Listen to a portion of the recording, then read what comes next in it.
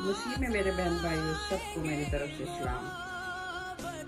افسوسناک خبر کے ساتھ حاضر ہوں۔ ابھی میں نے اپنی بہن کو روتے ہوئے آنسو بہاتے ہوئے مگرمچھ کے دیکھا، غزالہ شفیق کو۔ اس سے بھی زیادہ مجھے افسوس ہوا کہ جو لوگ باہر سے فنڈ لیتے رہے ہیں مسیحی قوم کے نام سے، ان پر بے شمار میں لعنت بھیجتی ہوں۔